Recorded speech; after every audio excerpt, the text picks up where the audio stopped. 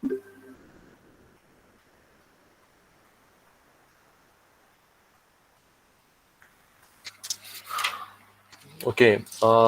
untuk soalan yang pertama, kita masuk kepada tingkatan 5 bab 8.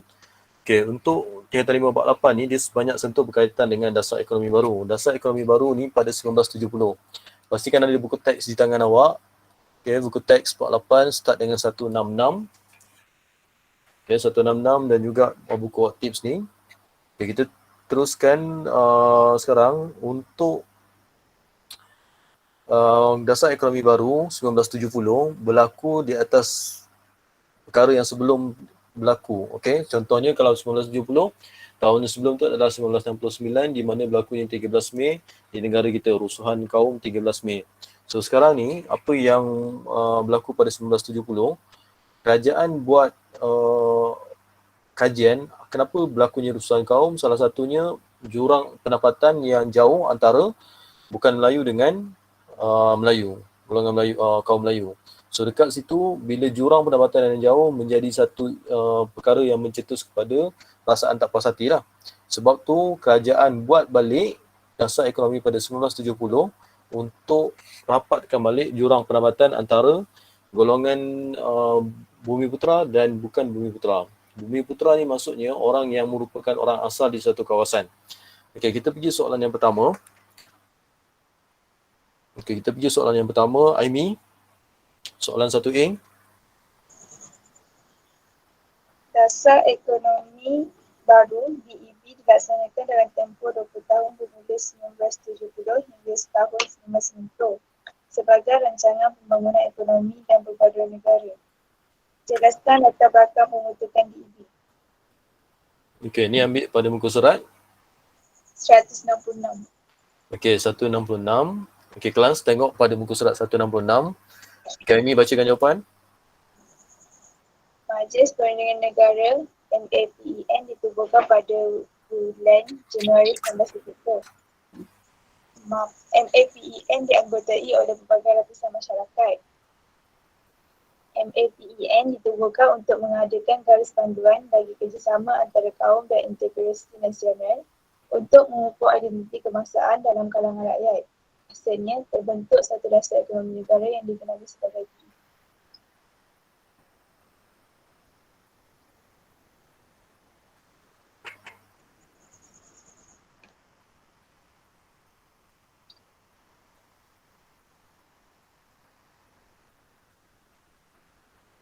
Okey, kelas sekarang ni kita semak balik yang Aimi sebut tadi.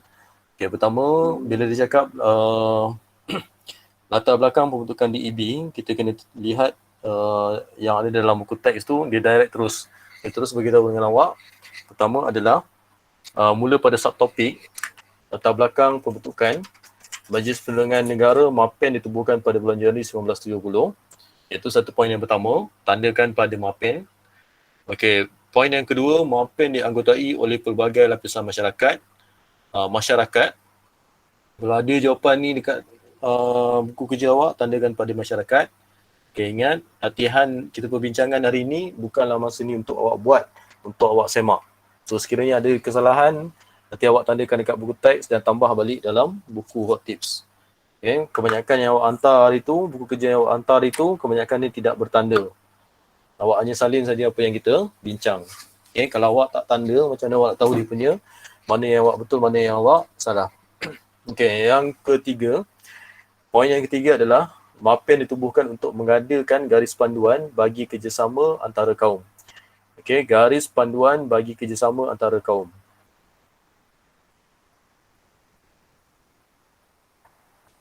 Okey, yang seterusnya.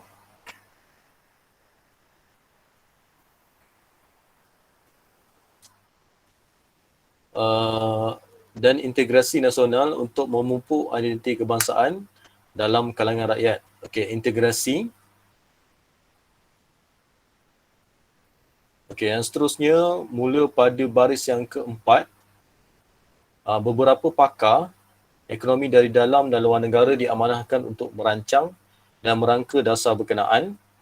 Okey, yang ni sebab soalan ni adalah soalan 2 markah saja, dia nak latar belakang, tak perlu awak bagi contoh. Okey. Yang seterusnya pada subtopik di bahagian atas tu, kita boleh masukkan dasar ekonomi baru dilaksanakan dalam tempoh 20 tahun bermula pada tahun 1970 sehingga 1990. Okay. Yang bertujuan untuk perpaduan negara, perpaduan. DEB dilancarkan melalui rancangan jangka panjang pertama RRGP1 yang merangkumi 4 rancangan pembangunan 5 tahun Malaysia. Ditandakan RRGP1. Iaitu untuk jawapan pada 1A. Seterusnya kita pergi kepada soalan B. Okay, soalan B, Puteri. Apakah strategi dasar ekonomi baru DEB? Strategi dasar ekonomi baru DEB ialah membasmi kemiskinan dengan menambahkan pendapatan dan memperbanyak peluang pekerjaan kepada rakyat tanpa mengira kaum. Okey, ini ambil pada muka surat 167. Okey, 167. Okay, 167 tu sekali lagi teruskan, Puteri. Selain itu, menyusun semula masyarakat untuk mengurangkan dan menghapuskan pengenalan kaum mengikut fungsi ekonomi. Okey, tu maksudnya kat sini kita tengok dalam muka surat 167 tu, membasmi kemiskinan 1 poin, menambah pendapatan 2, membanyak peluang pekerjaan 3, 4, menyusun semula masyarakat untuk mengurang dan menghapuskan pengenalan kaum mengikut fungsi ekonomi. Okey, 6, 4, markah. Okey, seterusnya kita pergi kepada soalan 1C. Okey, soalan 1C, Raimi.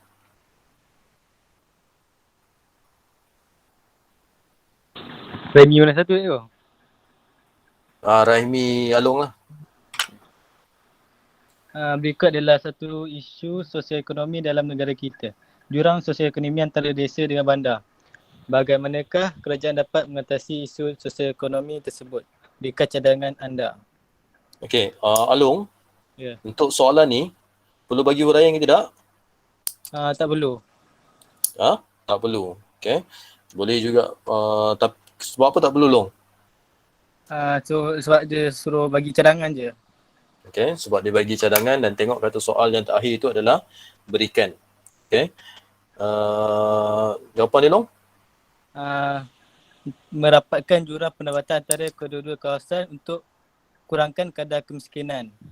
Selain itu, wujudkan pembangunan yang seimbang di setiap kawasan untuk seimbangkan kemajuan penduduk di setiap kawasan. Seterusnya, melahirkan masyarakat yang berpendidikan untuk meningkatkan bantuan setara dengan kawasan bandar. Hari sekali menyelaraskan penggunaan sains dan teknologi di kedua-dua kawasan. Okey. Jawapan yang Alung bagi tu tepat.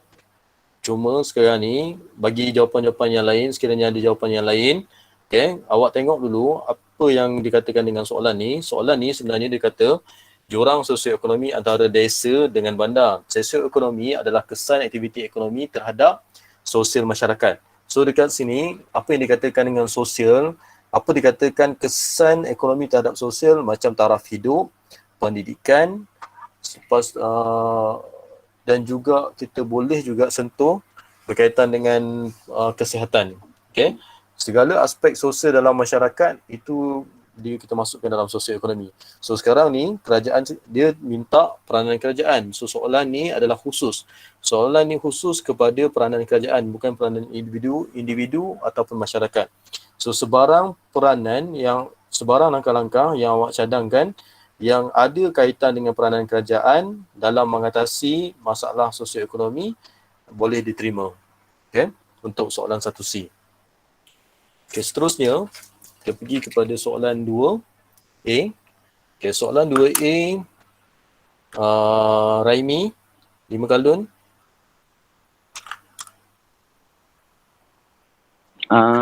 Soalan ni tu. Apa? Apakah usaha yang diambil dalam strategi membasmi kemiskinan di bawah DEB? Okey, ini ambil pada muka surat 168. 168. Okey, kita tengok dulu.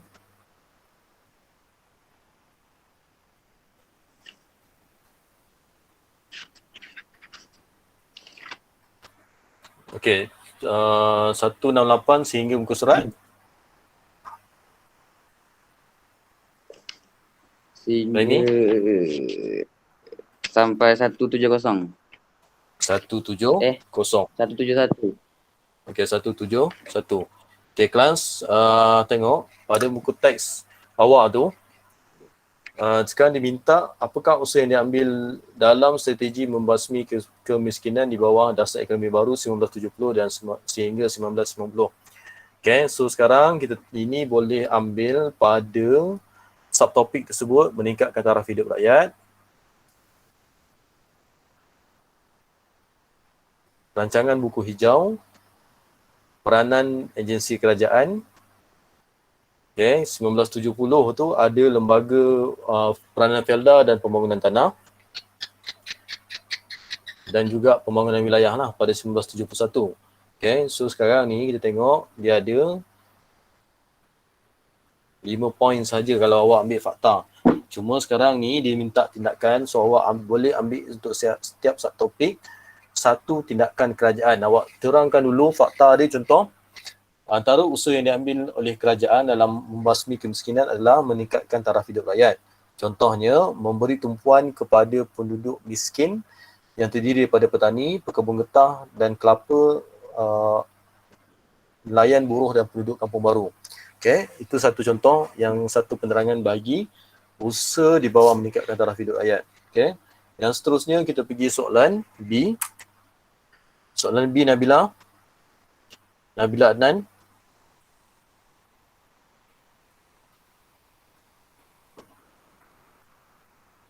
Soalan 2B.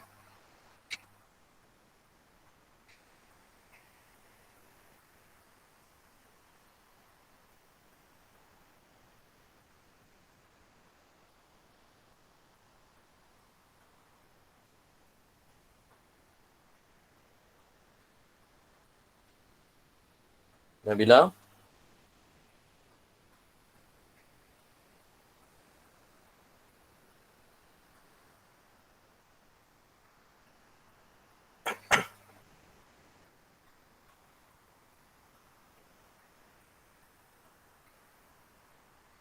Fazira.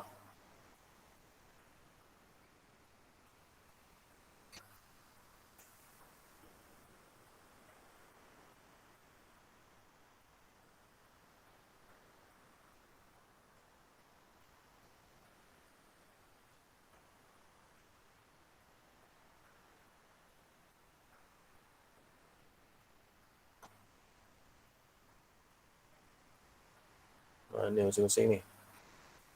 Syarul. Ya ke? Okey, baca soalan 2B. Berikut adalah isu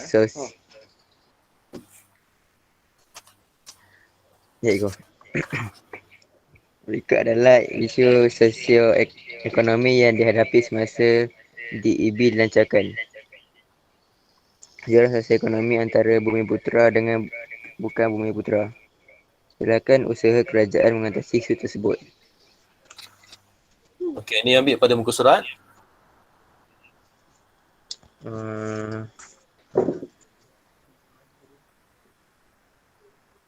Ya ke?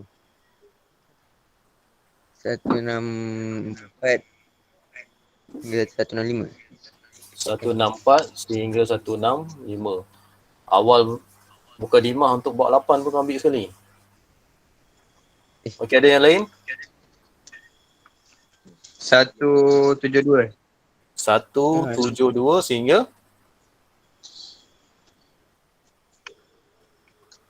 Betul lah tu. 172 sehingga 173 je kau. apa, Bik? 172 sampai 173. 172 sehingga 173. Okey, sekarang ni kita tengok buka buku teks awak, muka surat 172, 173. Sekarang dia cakap jurang sosioekonomi antara Bumiputera dengan bukan Bumiputera. So sekarang ni dia tengok, ini adalah masih lagi soalan yang bersifat buku teks. Cuma soalan ni boleh juga kita jawab secara logik. Okay? Cuma ingat, untuk kebat biasanya berada pada soalan yang terakhir bagi setiap set soalan. Kebiasaannya skebat ni pada 2C lah. Sama ada kalau soalan esei soalan 5, biasanya pada soalan 5C. Mesti. Kalau struktur pula pun sama. A, B dan C biasanya soalan kebat, sama ada kebat terbuka ataupun kebat tertutup, dia berada pada soalan C. Okay, kita tengok soalan B. Dia cakap jurang. Jurang sosioekonomi antara Bumiputera dan bukan Bumiputera. Pada peringkat awal dulu, jurang ni perbezaan ketara dalam taraf hidup. So taraf hidup bergantung juga berkait rapat dengan pendapatan. So sekarang ni untuk tingkatkan, ingat bila jurang dia nak rapatkan antara kaya dengan golongan yang miskin, apa yang dia perlu dibuat? Pertama sekali kita tingkatkan golongan yang miskin supaya golongan yang miskin ni taraf hidup dia, pendapatan dia dapat kita tingkatkan supaya hampir sama dengan golongan yang kaya. Okay? Macam tu juga Bumiputera dengan non-Bumiputera, bukan Bumiputera. Bumiputera pada masa ni ketinggalan dari segi aspek sosioekonomi, terutama dari taraf hidup. So sekarang, apa yang kerajaan perlu buat, tingkatkan pendapatan bagi golongan-golongan Bumiputera dulu supaya dapat bersaing dengan bukan Bumiputera. Sebab tu awak tengok pada buku teks awak 172, 173, dia fokuskan kepada pembangunan Bumiputera dulu. Pendidikan modal saham, pengenalan industri kecil dan sederhana, yang terakhir adalah pendidikan tenaga kerja mahir. Okay? Ketiga-tiga ni awak boleh letakkan dalam soalan 2B. Okay? Cuma ingat untuk satu usaha kerajaan, pendidikan modal saham dan satu contoh untuk melayakkan awak dapat markah maksimum yang kat situ adalah 6 markah. Okay? Seterusnya kita pergi soalan C.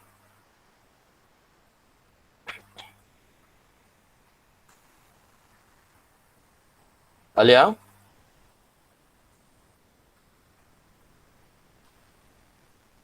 Alia? 2C Alia. cikgu. 2C. Sekejap.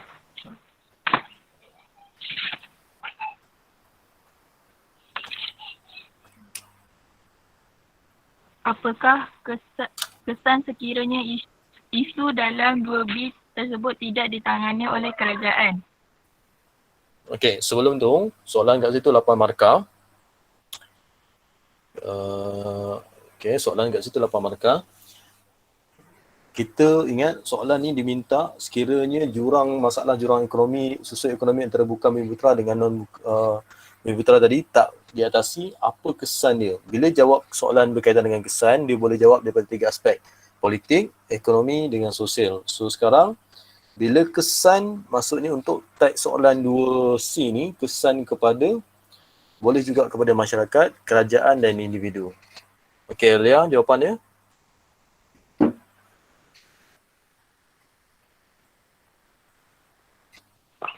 Jawapan dia timbulnya masalah perkauman. Okey, pertama je timbulnya masalah perkauman. Yang kedua, Menyebabkan kestabilan politik terjejas. okey, kestabilan politik terjejas. Alia bagi huraian ke tak bagi huraian? Bagi Okey, yang fakta yang ketiga? keamanan negara tidak terjaga kerana keamanan negara tidak terjaga. Okey, keamanan negara tidak terjaga. Next.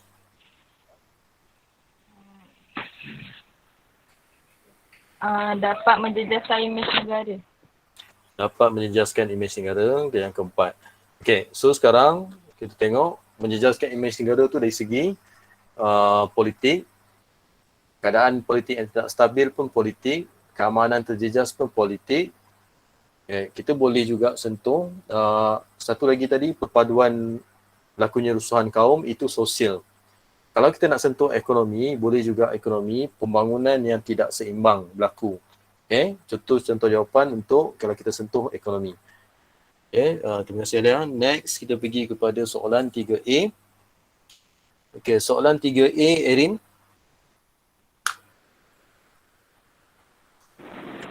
Dasar Bangunan Nasional dilancarkan oleh Tun Dr. Mahathir Mohamad sebagai kesinambungan DEB yang dirangka untuk tempoh 10 tahun. Apakah objektif dasar pembangunan nasional?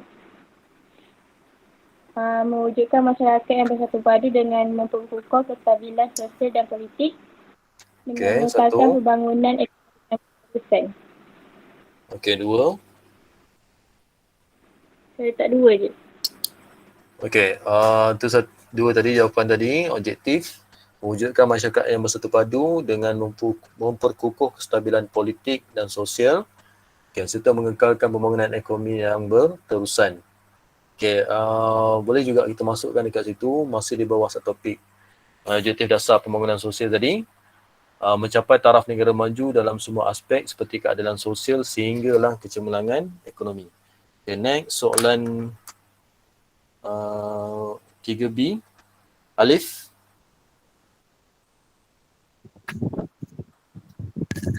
Jelaskan strategi yang disusun bagi mencapai objektif tersebut. Okey, ni ambil pada buku surat 175. Okey, 175. Bacakan, Lip. Fakta dia Fakta dia. penglibatan aktiviti pihak swasta dalam pembangunan ekonomi negara. Okey, pada 175 tu, pertama, pelibatan aktif pihak swasta dalam pembangunan ekonomi negara. Okey, yang kedua, Memberikan inisiatif serta kemudahan pendidikan untuk kemajuan masyarakat miskin tanpa mengira kaum. okey, memberi insentif serta kemudahan pendidikan untuk kemajuan masyarakat miskin tanpa mengira kaum. Tiga, Menyediakan dan menambah baik kemudahan asas. menyediakan dan menambah baik kemudahan asas. Empat, Pembangunan mampan tanpa mengabaikan alam sekitar. pembangunan mapan tanpa mengabaikan alam sekitar. Maksudnya pembangunan yang berterusan tanpa memberi kesan kepada alam sekitar. Okay, next kita pergi soalan 3C.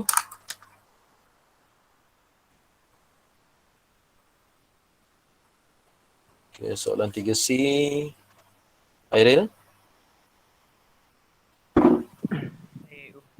Kerajaan berusaha melibatkan pihak swasta dalam pembangunan negara. Apakah kepentingan sektor swasta dalam pembangunan negara? Okay, jawapan dia? Memastikan ekonomi Malaysia kekal kukuh dalam jangka masa yang panjang. Okey, memastikan ekonomi Malaysia kekal kukuh dalam jangka masa yang panjang. Okey, pertama, yang kedua, Sektor swasta dapat meningkatkan daya saing global Malaysia melalui pelaburan yang sistematik. okey, meningkatkan daya saing negara melalui pelaburan yang sistematik. Yang ketiga, Menyediakan peluang pekerjaan. okey, good. Menyediakan peluang pekerjaan. Empat, Dapat mewujudkan kemudahan yang selesa kepada rakyat yang berkemampuan. okey, menyediakan kemudahan yang selesa bagi rakyat yang berkemampuan. Ingat, kerajaan kita sistem ekonomi campuran. Kerajaan sediakan keperluan rakyat, tapi pihak swasta sediakan kehendak rakyat. Okay, next kita pergi soalan 4. Masuk kepada soalan esei. Okay, soalan esei Faris.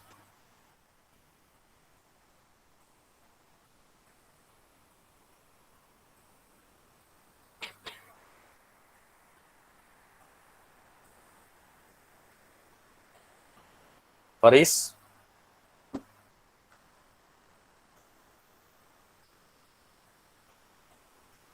Ya, cikgu. Okey, soalan 4 esei. Soalan 4 esei gue. Bagaimanakah kedua-dua strategi tersebut dilaksanakan dalam DPN 1990 hingga 2020? Jawapan saya dapat dekat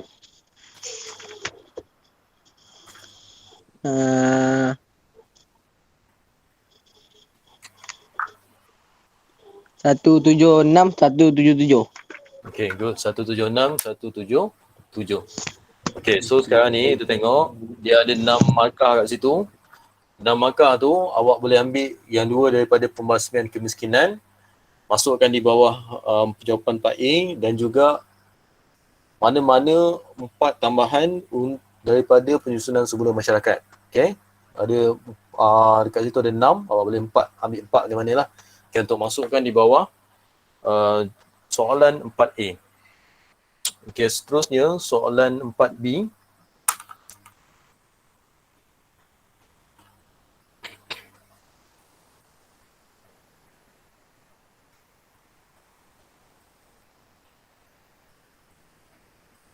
Taika?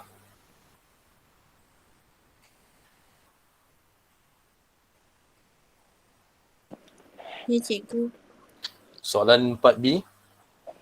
Pelaksanaan DEB dan DPN membawa perubahan kepada kemajuan ekonomi serta taraf hidup penduduk. Jelaskan pencapaian kedua-dua dasar tersebut dalam aspek sosial. Jawapan 180 hingga 185. Okey, 180 sehingga 184. 185 dah masuk ekonomi. Okey, kita tengok 180 sehingga 184. Okey, yang tu dia minta jelaskan pencapaian. Maksudnya dalam kata lain, kesan dasar-dasar DEB dan dasar pembangunan nasional. Okey, yang ni awak boleh juga terangkan macam biasa untuk 8 markah, ambil saja 3 yang ada daripada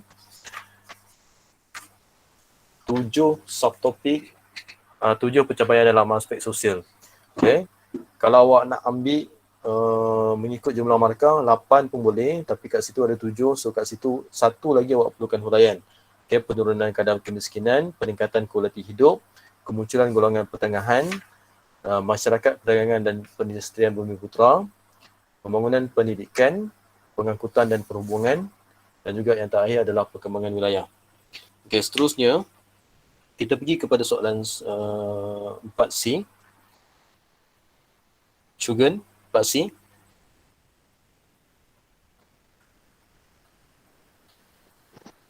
Berikut adalah ucapan Tun Dr. Mahathir Mohamad sempena sambutan Tahun Baru. Dasar pembangunan negara bukan sekadar kemajuan material sahaja, tetapi diimbangkan dengan pembangunan rohani serta pengekal nilai-nilai murni kita. Apakah kepentingan pembangunan yang seimbang? Nombor 1, meningkatkan ekonomi negara.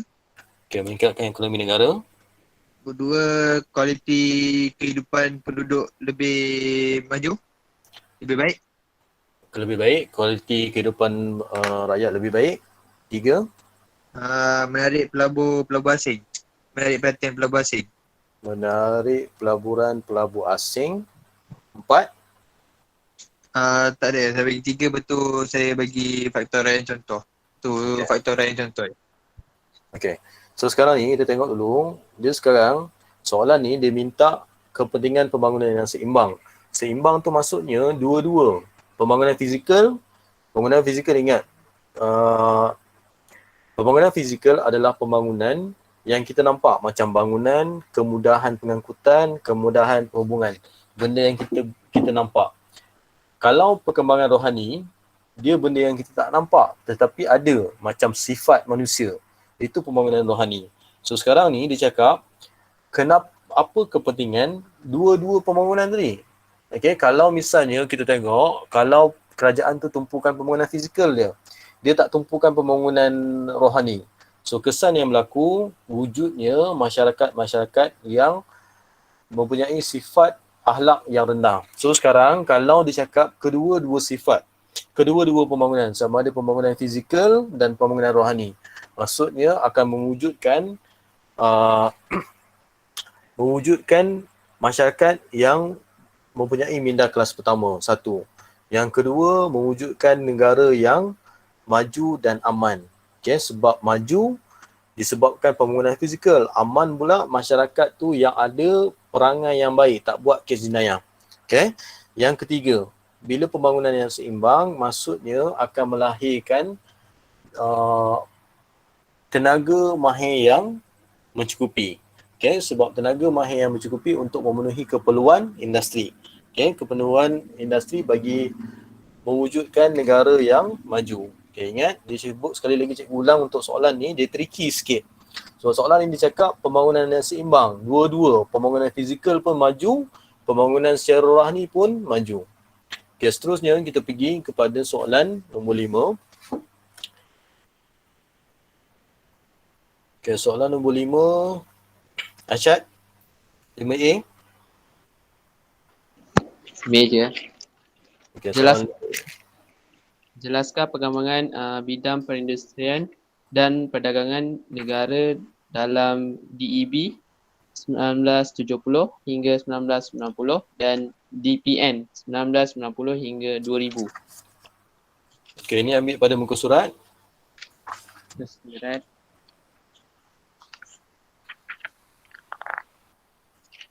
185 Okey, 185 hingga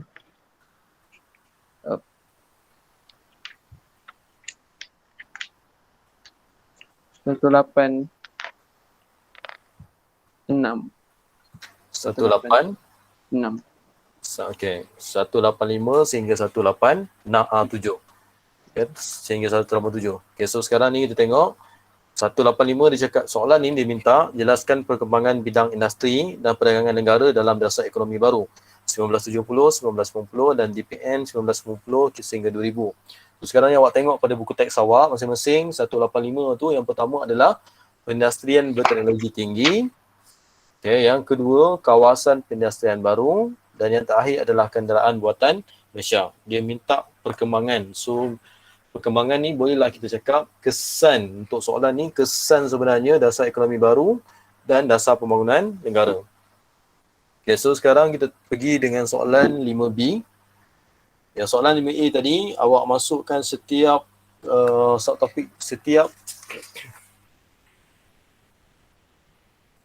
perkembangan negara dalam aspek ekonomi daripada perindustrian berteknologi tinggi, kawasan perindustrian baru dan kenderaan buatan Malaysia tu satu fakta dan satu huraian. Okay, seterusnya kita pergi kepada soalan B.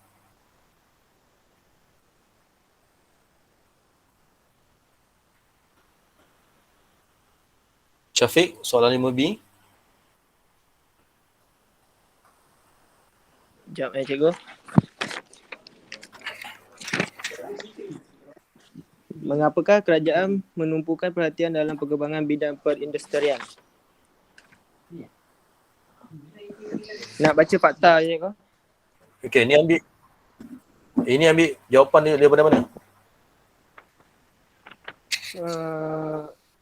186 185 sampai 186 187. 187. Okey, cuba bacakan jawapan.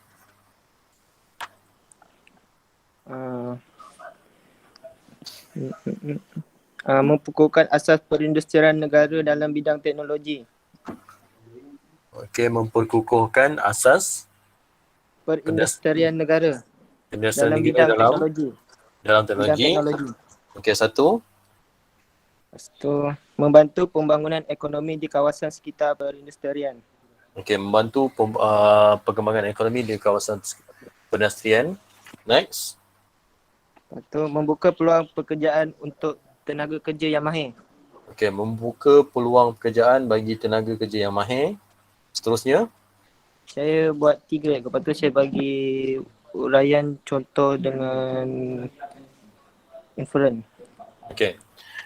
Okey, good. Soalan tu sebenarnya adalah soalan kebat. Okay, soalan kebat tetapi kebat tertutup. So sekarang ni kita ambil daripada teks untuk jadikan contoh dan poin tadi kita boleh reka untuk jawapan bagi soalan 5B. Soalan ni sebenarnya kalau misalnya awak berada dalam situasi dalam dewan tak faham kendak soalan. So tukarkan kata-kataan yang sama maksud. Contoh, industri kita kaitkan dengan kilang. So sekarang ni kita baca balik soalan, kenapa kerajaan fokus kepada perkilangan? Okey, apa kesan yang apa kepentingan kilang ni kepada negara yang menyebabkan kerajaan fokus kepada perkembangan industri? Okey, maksudnya dalam kata lain dia minta kepentingan kilang kepada negara.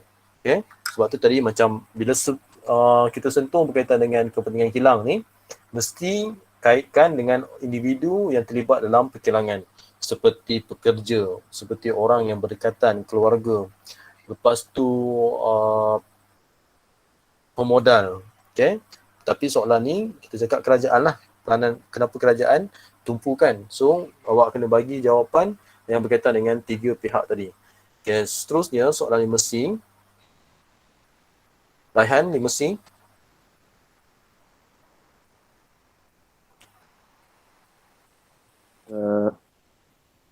Apakah kepentingan rakyat melibatkan diri dalam dasar pembangunan negara? Okay, apakah kepentingan rakyat melibatkan diri dalam dasar pembangunan negara? Jawapan dia?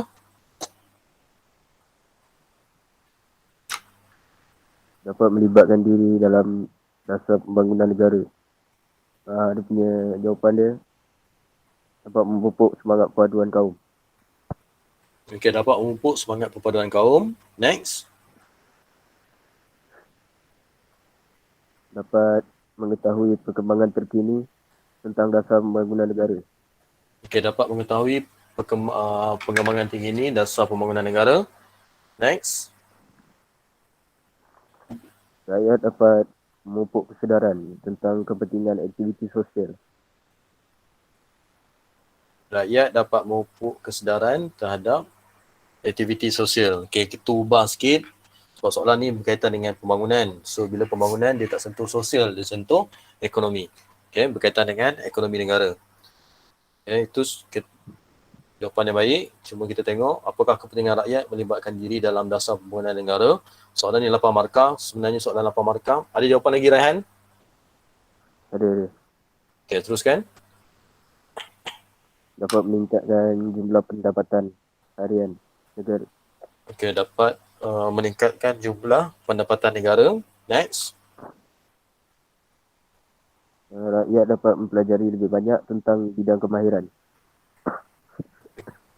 Okay, rakyat dapat mempelajari pelbagai kemahiran dalam pelbagai kemahiran. Okay, so sekarang ni sebelum tu kita tengok bila dia cakap kepentingan rakyat melibatkan diri dalam dasar pembangunan negara. So bila rakyat yang melibatkan diri dalam pembangunan negara, kalau rakyat tu sendiri yang melibatkan diri dalam pembangunan negara, maksudnya rakyat tu akan buat dengan sehabis baik ataupun dia akan buat sambil lewa? Lebih baik. Sehabis baik lah. So sekarang ni bila dia buat sehabis baik, maksudnya dia buat kepada negara dia dapat memupuk semangat patriotik. Okay, tu satu semangat, memupuk semangat patriotik ataupun semangat cinta akan negara. Next, Rai. Dapat membuka peluang pekerjaan untuk rakyat yang berbilang kaum. Okay, boleh. Dapat memupuk, menyediakan peluang pekerjaan kepada rakyat yang pelbagai kaum. Next. Bilangan rakyat yang berkemahiran semakin bertambah. Bilangan rakyat yang berkemahiran semakin bertambah. Seterusnya. Ada lagi? Yang semangat cinta akan negara. Okay, semangat cinta akan negara. Okay, seterusnya kita pergi, ada lagi tak, Rai? Baik tu. Okay. Seterusnya kita pergi soalan 6A. Okay, soalan 6A. Kita teruskan dengan Fazira.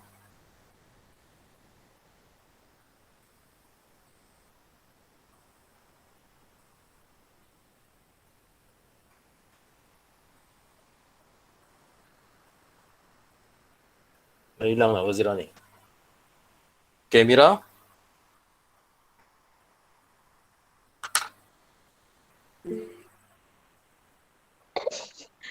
Soalan 6 tu cikgu Soalan 6A.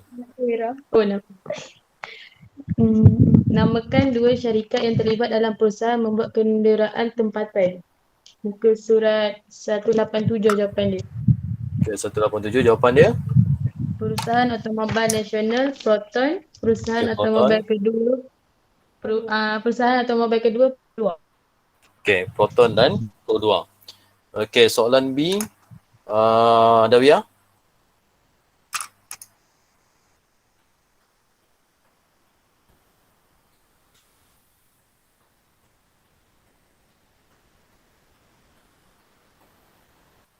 Dawiyah, soalan B.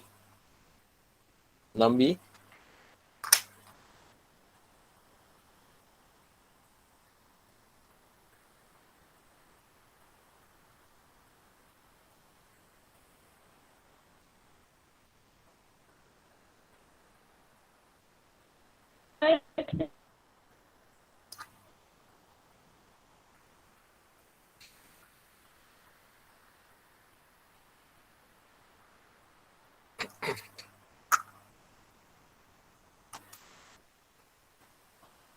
Imran?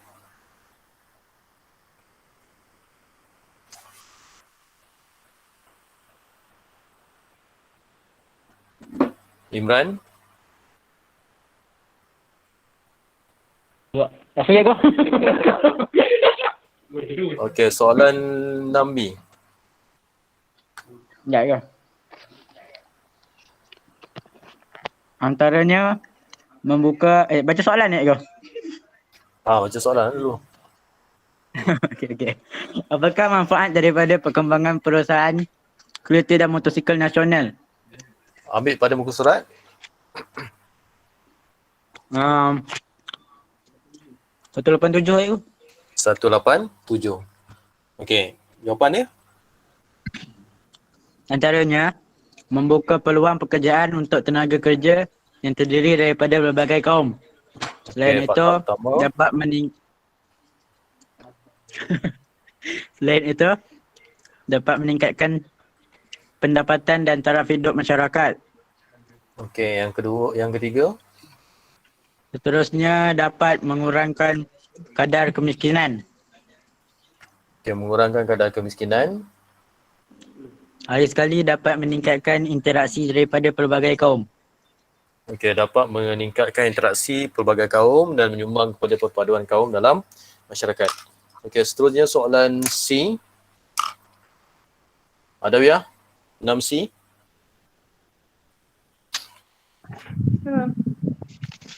Bagaimanakah rakyat negara ini boleh membantu perkembangan industri penerusan kereta dan motosikal tempatan? Okey, jawapannya? Mengikuti kempen motivasi berkenaan pentingnya perkembangan industri perusahaan. Kedua, memperluaskan keunikan kenderaan bermotor.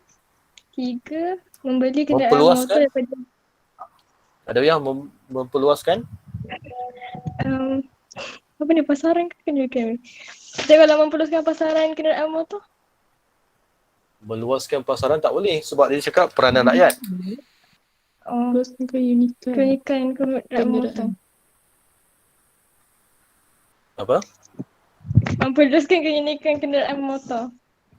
Okey, seterusnya. Beli kenderaan motor daripada pengeluaran industri tempatan.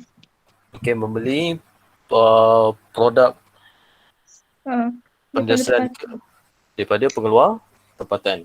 Okey, ingat soalan ni dia minta bagaimana rakyat boleh membantu perkembangan industri perusahaan kereta dan motosikal tempatan. Kalau promosi tu, kalau nak bantu pengusaha tempatan ni, kita yang tolong promosikan kepada rakyat negara lain. Okay, sebab dia cakap macam mana rakyat boleh bantu industri negara. Ingat, kalau kita gunakan kempunan lah, kempen. Pendidikan, memberi didikan kepada kepentingan menggunakan produk tempatan.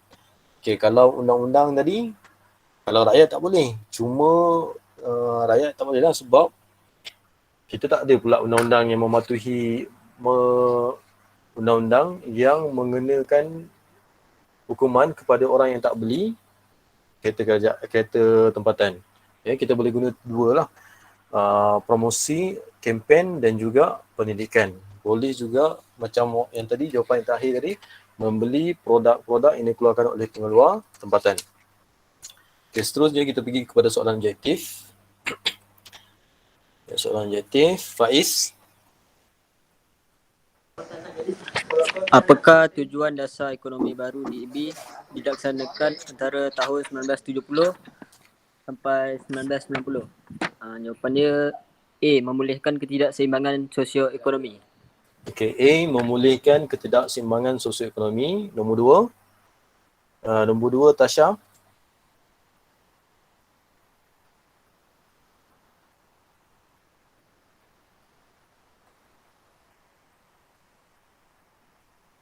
Natasha.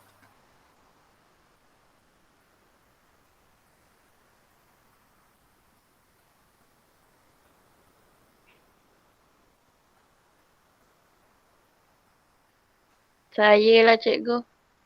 Silakan, Ain. Berikut adalah strategi dasar ekonomi baru DEB membasmi kemiskinan. Bagaimanakah strategi tersebut dapat dicapai?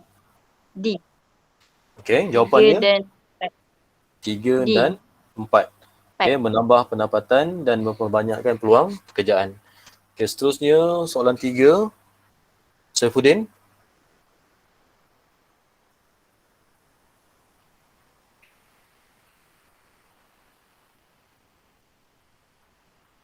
Saifuddin tak ada. Fitri. Fitri soalan 3.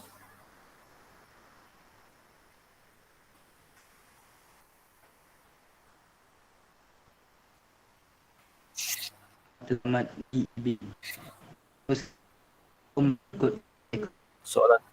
Apakah strategi yang digunakan dalam DEB untuk mencapai matlamat?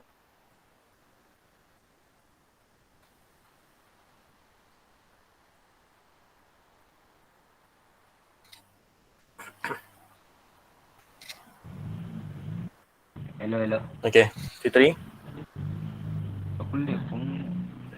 Jawapan dia, soalan 3. B. Menyusun semula masyarakat.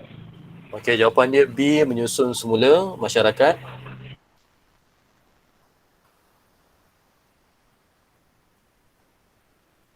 Okey, seterusnya kita pergi kepada soalan 4. Soalan 4, Arsyad. Apakah jurang sosioekonomi yang wujud dalam negara kita? A. 1 dan 2. Okey, 1 dan 2. Antara masyarakat desa dengan bandar, pantai timur dan pantai barat. Okey, soalan 5. Soalan 5, Aimi.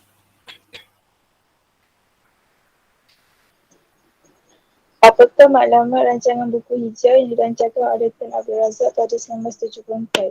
D. Menambah pengeluaran makanan. Okey, D, menambah pengeluaran makanan.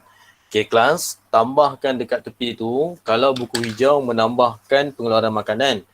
Buku merah meningkatkan pembangunan di kawasan desa dan luar bandar. Okey, sekali lagi, kalau hijau pengeluaran makanan, kalau merah meningkatkan pembangunan kawasan desa ataupun luar bandar. Okey, soalan 6. Soalan 6, Alung. Apakah peranan yang dimainkan oleh Serda dalam membasmi kemiskinan? Membangunkan tanah. B. Okey, jawapan dia bola membangunkan tanah. Okey, soalan nombor 7. Syarul, soalan nombor 7. Peranan yang manakah menunjukkan peranan agensi kerajaan yang tepat? A. Okey, jawapan dia ayam, LKIM, memodenkan industri perikanan. Okey, soalan 8, Putri. Berikut adalah agensi yang ditubuhkan di negeri Sarawak, Salkra. Apakah tujuan agensi tersebut ditubuhkan? C. Pembukaan ladang kelapa sawit. Okey, jawapan dia C, pembukaan ladang kelapa sawit. Okey, seterusnya soalan 9, Alia.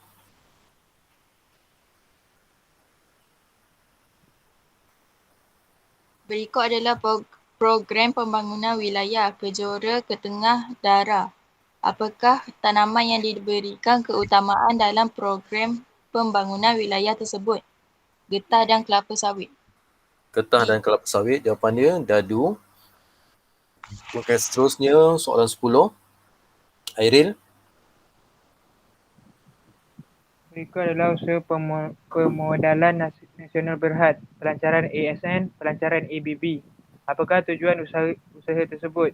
D. Membuka pasaran saham kepada orang ramai.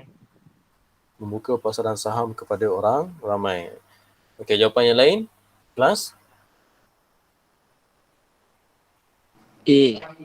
Okey, jawapan dia adalah A, menambah pemilikan saham Bumiputera. Amanah saham negara, lepas tu dengan ABB tu, kalau membuka pasaran saham kepada orang ramai, maksudnya macam peranan bursa saham.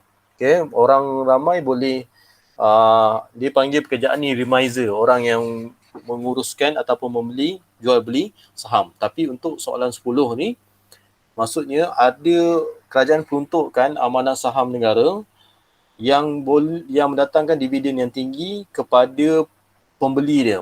So tapi dia syarat dia telah dihadkan kepada orang Bumiputera sajalah untuk soalan 10A 10. Okay, sebab tu jawapan dia adalah A, menambah pemilikan saham Bumiputera.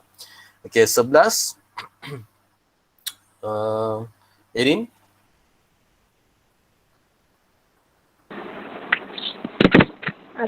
Apakah kesan daripada tindakan kerajaan memperkenalkan industri kecil dan sederhana IKS?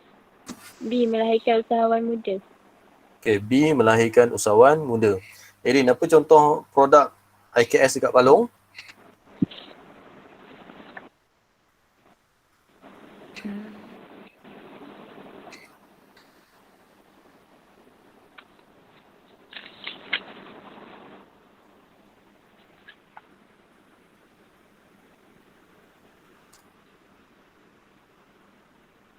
Industri kecil dan sederhana ni biasanya dia jual produk-produk yang bersifat mudah untuk diproses. Makanan. Kalau dekat makanan dekat Palong ni biasanya makanan apa? Maggi. Minyak ke? Minyak. Weh, minyak tu industri berat sebab dia Maggi ada kilang dia. Apa? Lemak. Macam ni, kalau industri kecil dan sederhana ni, dia tak perlukan peralatan-peralatan yang besar macam yang dekat kilang tu. Peralatan tu boleh diletakkan dalam rumah. Lepas tu kerja dia pun tak ramai. Kuih tiaw goreng cikgu. Kuih tiaw? Goreng. Pak Ika, apa? Kuih tiaw goreng kat depan tu. Kuih tiaw goreng. Kuih tiaw goreng yang mana? Yang dah siap ke yang frozen? Yang macam kedai makan je, macam buat kedai makan kat depan tu, buka tu. Oh, kalau industri ni itu perniagaan. Industri ni kita keluarkan produk air. Frozen. Okay, boleh? Frozen yang macam dekat dengan kedai Cik Lah tu lah. Itu salah satu IKS. Okay, ingat? Industri kecil dan sederhana. Alright, seterusnya kita pergi kepada soalan 12. Soalan 12, Alif. Apakah langkah yang diambil oleh kerajaan dalam melahirkan tenaga kerja berkemahiran? Jawapan dia B. 1 dan 4. 1 dan 4. Okey, tengok balik. Langkah diambil oleh kerajaan untuk melahirkan tenaga kerja mahir, berkemahiran. Mengutamakan pendidikan praktikal ni, maksudnya pelbagai kita dah belajar, kita praktikkan di industri-industri. Semua pendidikan memerlukan praktikal. Okay, menambahkan kelayaran sains tak salah lah. Okay, pengajaran subjek kemahiran hidup. Okay, betul lah sebab yang ni, of course kat situ keyword dia kemahiran. Okay, yang keempat, pengenalan jurusan vocational ataupun kolej teknik lah. Okay. Seterusnya, jawapan dia adalah D, 3 dan 4. Okay, seterusnya kita pergi kepada Faikah. Soalan 13. Berikut adalah beberapa langkah kerajaan Malaysia. Penubuhan Sekolah Teknik Universiti Teknologi Malaysia. Apakah kesan daripada langkah tersebut? A. Melahirkan tenaga kerja mahir. Okay, melahirkan tenaga kerja yang mahir. Okay, soalan 12 dan 13 ni dia sebenarnya soalan yang sama. Cuma dia twist soalan pada 12 tadi, dia twist bentuk jawapan pada 13. Okay, jawapan 13 tadi adalah A. Melahirkan tenaga kerja yang mahir. Okay, seterusnya kita pergi kepada 14. Shugen, 14. Dasar ekonomi baru diperkenalkan antara tahun 1970 hingga 1950. Apakah dasar baru yang dianggap kesinambungan kepada DEB?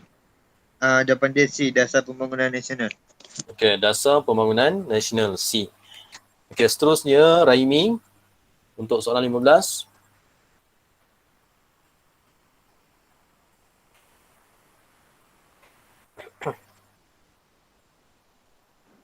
Rahimi ke Raimi je ke? Raimi Khaldun. Raimi. 15 saja kau. 15. Apakah dua rancangan yang diperkenalkan di bawah dasar pembangunan nasional? Jawapan dia D, 3 dan 4. 3 dan 4. Okay, seterusnya jawapan dia dadu 3 dan 4. Okey, 16. Seterusnya kita pergi kepada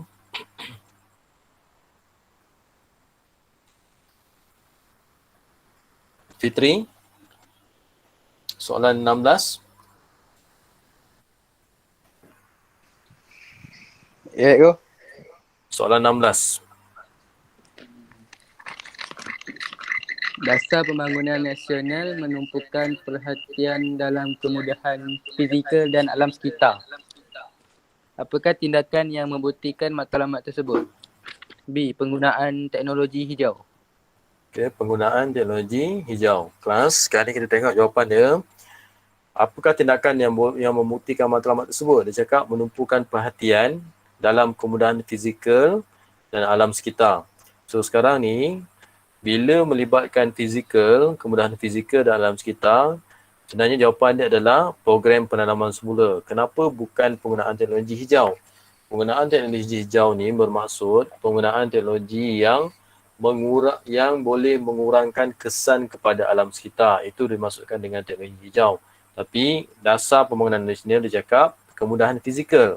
Kemudahan yang ada kita nampak dan juga alam sekitar. Sebab tu untuk jawapan ni adalah program penanaman semula.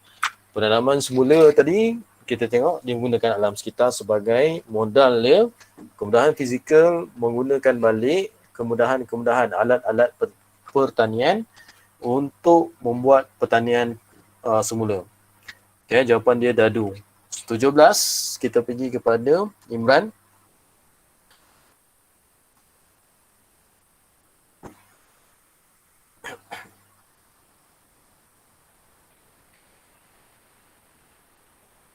Imran. Penyataan berikut adalah pelaksanaan Dasar Pembangunan Nasional DPN.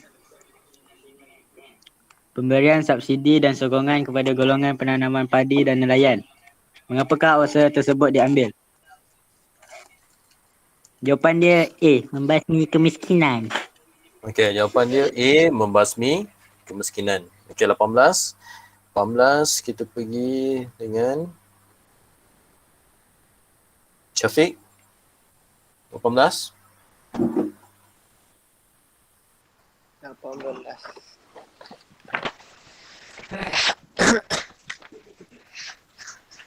Apakah bentuk insentif yang diberikan kepada masyarakat perdagangan dan perindustrian Bumiputera MPPB?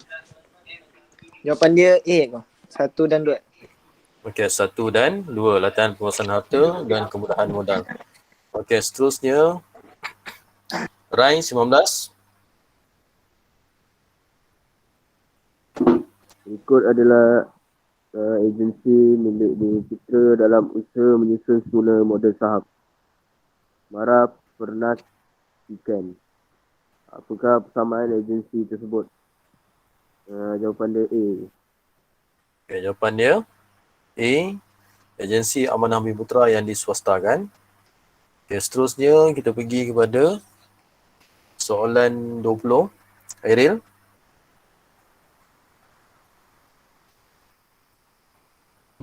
Saya go.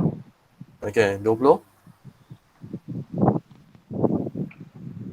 Kerajaan berusaha memodernkan bidang pertanian negara melalui pertanian pintar. Apakah agensi yang diberikan tanggungjawab tersebut? Mardi.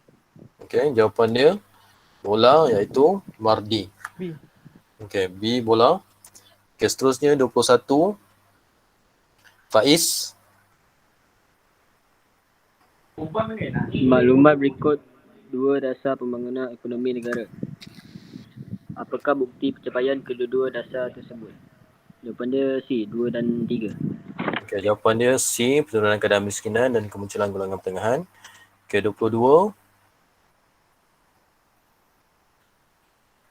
Mira. Berikut adalah hasil daripada pengenalan DEB dan DPN. Tahap kesihatan rakyat semakin baik. Apakah rumusan daripada pencapaian tersebut? D. Peningkatan kualiti hidup. Okey, dadu peningkatan kualiti hidup. Okey, next 23. Ain.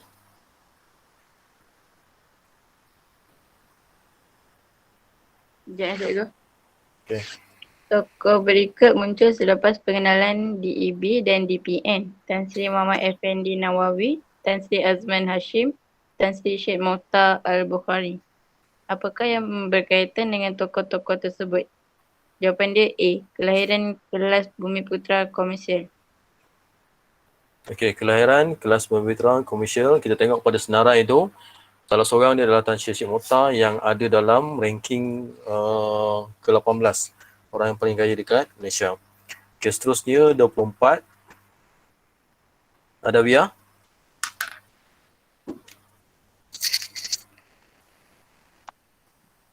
Berikut adalah usaha kerajaan dalam menggalakkan kemajuan kawasan perindustrian baharu.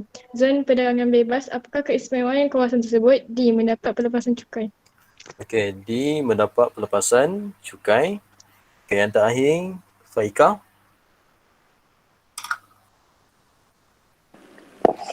Berikut adalah badan yang mempelopori industri kereta dan motosikal buatan Malaysia. Proton, Produa, Modernas. Apakah kesan daripada perkembangan tersebut? B. Membuka peluang pekerjaan. Okey, jawapan dia B. Bola membuka peluang pekerjaan. Okay, selesai untuk bab 8 kelas. Sekarang ni kita tingkatan 5, kita ada 2 bab lagi. Bab 9 dan bab 10. Dan kemudian kita akan teruskan dengan bab tingkatan 4. Okey, ada sebarang soalan berkaitan dengan tajuk bab 8?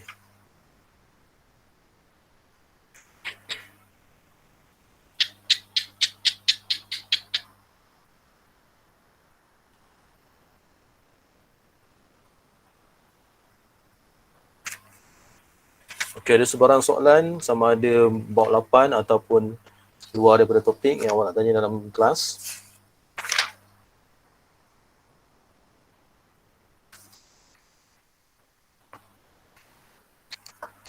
Cikgu, saya nak tanya satu je. Pasal apa? Apa faedah ada vaksin pendatang asing cikgu? Apa faedah ada? Dia buat vaksin, suntikan vaksin untuk pendatang asing. Okey. Sekarang ni soalan yang Syugan bagi ni, apa faedah kepada pemberian vaksin kepada pendatang asing kan? Okey, kita kena faham sekarang masalah penularan wabak tu dia akan menular sama ada dari kepada orang rakyat di negara kita ataupun orang luar lah. So sekarang untuk mengelakkan kesan tu, sekarang ni sekarang ni masalah ni negara kita yang kita tengok kes baru ni meningkat disebabkan penyebaran kluster-kluster terutamanya dekat kilang. So dekat sini kalau negara cakap okey bagi vaksin tu kepada rakyat negara kita je, apa yang jadi nanti pendatang asing ni yang kemungkinan datang daripada luar, dia bawa varian yang baru dan nanti kemungkinan dia juga akan menyebarkan virus tu kepada orang lain dan mengancam rakyat di negara kita. So sekarang kerajaan tak boleh fokus kepada pemberian vaksin kepada orang tempatan je. Dia kena bagi kepada orang yang ada di negara kita sama ada pendatang asing ataupun rakyat tempatan. Pendatang asing ni awak kena faham maksud dia. Pendatang asing orang yang datang kepada negara kita ataupun kita panggil imigran. Kalau dia cakap tanpa izin tu yang datang secara illegal lah, secara haram. Okay? Ataupun pekerja-pekerja yang datang secara halal tu, itu kita tengok dia pekerja-pekerja yang diberi permit. Sebab tu fokus utama sekarang untuk mengurangkan penyebaran wabak tu, kerajaan kena bagi semua. Sebab tu dibagi kepada pendatang asing, walaupun pendatang asing tu bukanlah rakyat negara kita. Sama juga dengan rakyat negara kita yang bekerja kat luar. Dia orang juga terima vaksin daripada negara yang dia tinggal. Walaupun dia bukanlah rakyat tempatan. Ada soalan lain? Cikgu. Saya nak tanya, kenapa Selangor dia nak ambil Semban lah cikgu? Itu sekadar main je, Pik. Dia bukan nak ambil Semban. Ya. Dia yang Nelofa tu, Yang pergi bantai, pergi beli karpet kat Ngelai. Dia tak boleh nak ambil semban dia sebab sempadan tu telah ditetapkan oleh sempadan negeri. Ada soalan lain? Okey. Ada soalan lain? Cikgu, apa beza DEB dengan DPN ni? Okey, apa beza DEB dengan DPN? Pertama kita tengok kalau DEB ni 1970 sehingga 1990. Kalau DPN pula 1990 ke atas ke tahun 2000. Okey, perbezaan dia. Kalau DEB kita tengok dia nak fokus kepada nak atasi masalah yang berlaku pada rusuhan kaum tadi. Kalau DPN pula masa dah masuk 1990 kita dah masuk kepada kategori negara membangun. Kalau 1970 hingga 1990 tu kita dalam perkembangan daripada negara dunia ketiga kepada negara membangun. So sekarang kenapa perlu, apa beza DPN dari segi tempoh masa dan juga tujuan dia. Kalau DPN tadi pula dia nak ingat tempoh masa 1990 sehingga tahun 2000 ni, masa ni zaman pemerintahan Tun Mahathir. Bila zaman Tun Mahathir dia nak gerakkan negara kita daripada DEB tadi negara dunia ketiga kepada kategori negara membangun, iaitu kategori nombor negara yang kedua. Bila masuk DPN pula, dia nak gerakkan lagi daripada dasar negara kategori negara membangun kepada negara maju. Sebab tu berkembang daripada negara industri kepada negara yang berkemahiran tinggi. Okay, sebab tu awak tengok kalau DPN tadi pula dia fokuskan kepada pembinaan industri-industri yang berat, industri yang memerlukan kemahiran tinggi supaya kita boleh masuk kepada kategori negara maju. Jangkaan dia tahun 2020 sebab tu ada wawasan 2020, cuma jangkaan tu tak tercapai, dilanjutkan lagi tak silap cikgu dalam 30 tahun lagi untuk capai negara maju lah. Tapi sekarang ni kita mungkin capai lebih awal sebab kita negara membangun ke arah negara maju. Kalau tidak ada sebarang masalah dari segi ekonomi lah, insyaAllah kita akan bergerak kepada kategori negara yang seterusnya. Okay. Seterusnya ada soalan? Cikgu, asal yang perlibatan aktif pihak swasta tu memang time DPN ke atau dari DEB lagi? Dia daripada DEB lagi sebab ingat kena beza dulu. Kalau kerajaan, pembangunan daripada kerajaan yang fokus kepada keperluan tadi lah. Tapi kalau swasta ni biasanya syarikat-syarikat milik persendirian yang akan jalankan aktiviti perniagaan yang bermotifkan keuntungan. Okay, so sekarang bila keuntungan tu daripada awal pembukaan negara kita pun dah ada orang yang berniaga. Cuma swasta untuk soalan ni dia dalam konteks perniagaan yang berskala besar lah. Perniagaan yang berskala besar yang dia mampu bersaing dengan kerajaan. Tetapi bersaing dengan kerajaan untuk sediakan kemudahan yang lebih baik. Okay? Bukan gantikan peranan kerajaan. Okay, ada soalan lagi?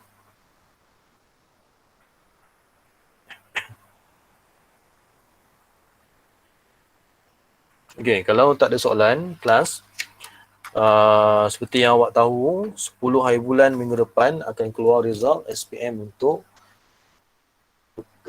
pelajar sekolah kita yang baru lepas ambil peperiksaan SPM.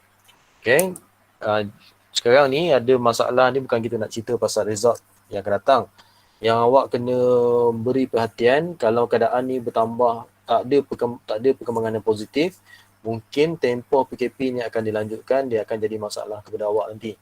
Masalah dia nanti adalah macam betul tak pula PDP lah, sistem PDP awak. So sekarang apa yang cikgu galak kan,